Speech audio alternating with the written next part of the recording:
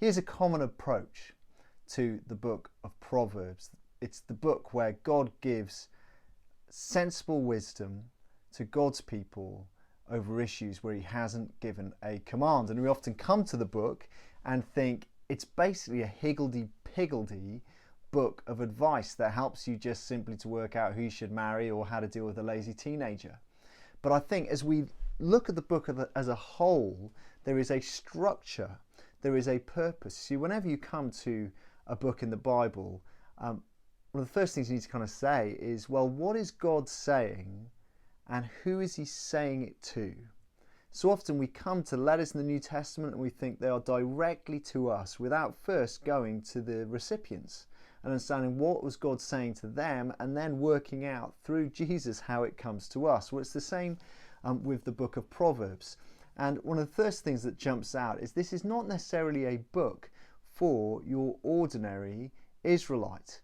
Have a look at Proverbs 1 verse 1, the Proverbs of Solomon, son of David, king of Israel. So this is the teaching of Solomon, son of David, king of Israel. But listen to verse 8. Listen, my son, to your father's instructions, and do not forsake your mother's teaching. You see, here is King Solomon's, or maybe even King David teaching Solomon, or King Solomon teaching one of his children. Now, what we've got to understand is his children are not normal sons. These blokes are going to grow up to be, potentially, one of them is going to grow up to be king of Israel. See, this, first and foremost, I think, is a book that is aimed at the future king. And there's a few other clues that kind of give us that hint. Have a look at chapter 1, verse 3.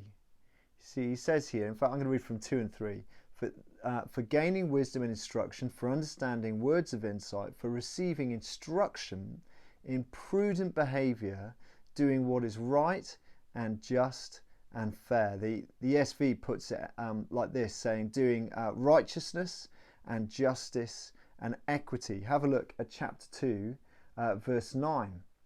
He says it again, then you will understand what is right and just and fair, every good path. And again, we are talking about righteous and justice and equity. See, that is not necessarily the language of the everyday. If you look back in the Psalms and a number of incidents in Kings, you will see that that is the language of rule.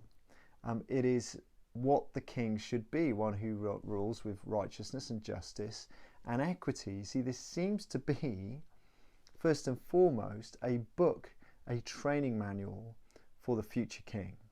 And there are three big sections.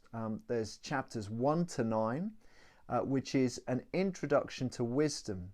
And in there, the king's son is given a choice. Do you want to marry Lady Wisdom, or are you going to follow Dame Folly? There are these two voices that are set up. One that looks like fearing the Lord and listening to what he says and following him, and the other one which looks like going the other way, the foreign woman, the adulteress, who will lead you in wayward destruction. There's two ways to live for this king, a choice that he faces. And at the end of the book, in Proverbs chapter 31, there seems to be an ending to this, because there you have the wife of noble character. But it's not just talking about a wife. Actually, this is Lady Wisdom. See, it seems the king who we meet and is presented these two options, this inexperienced, green behind the ear, young prince in waiting, by the end of the book becomes the well-married king, married to wisdom.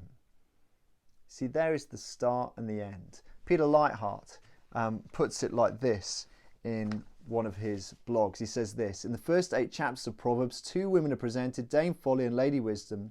The prince, Solomon's son, must decide which he will embrace as his bride. At the end of the book, we learn that the prince has resisted the temptations of Dame Folly. Proverbs 31 describes the superhuman labours of the excellent wife, and we know the prince has chosen well, for he has made Lady Wisdom his queen.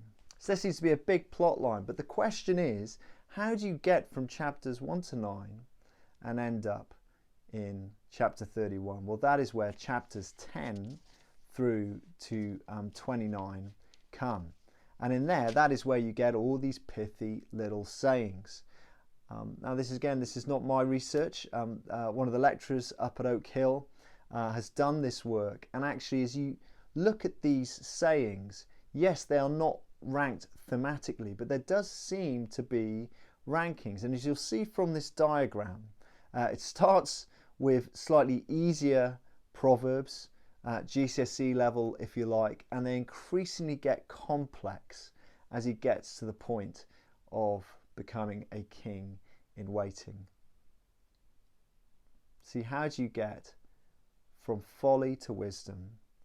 Well, listen to chapters 10 through to 29.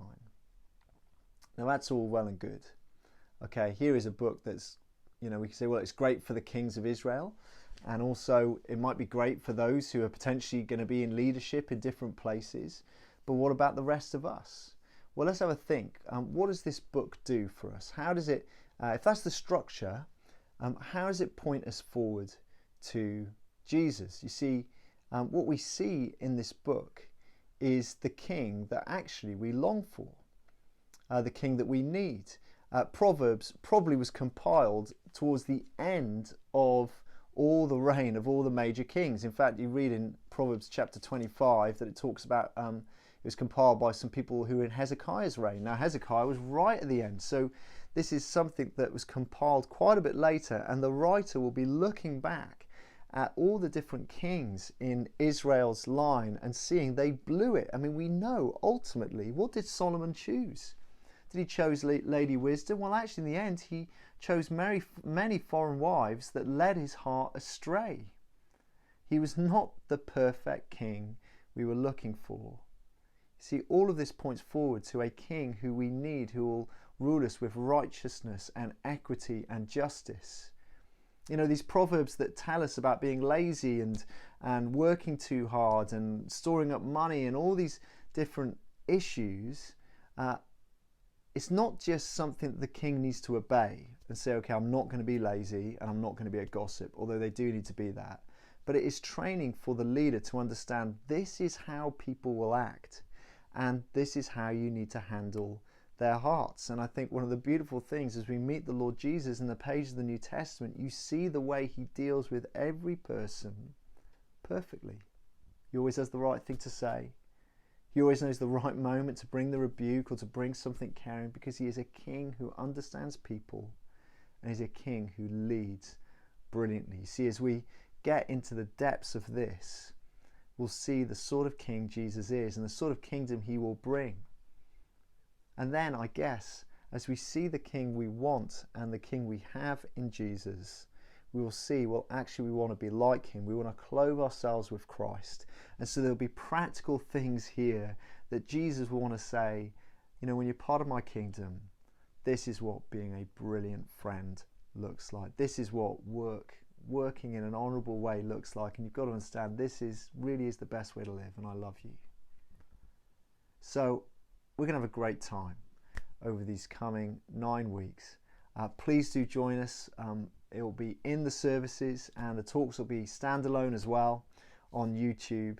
And why not open up Proverbs and start digging in and learning about Jesus the King and wanting to be like him, wise, living in a broken world as we look forward to his return.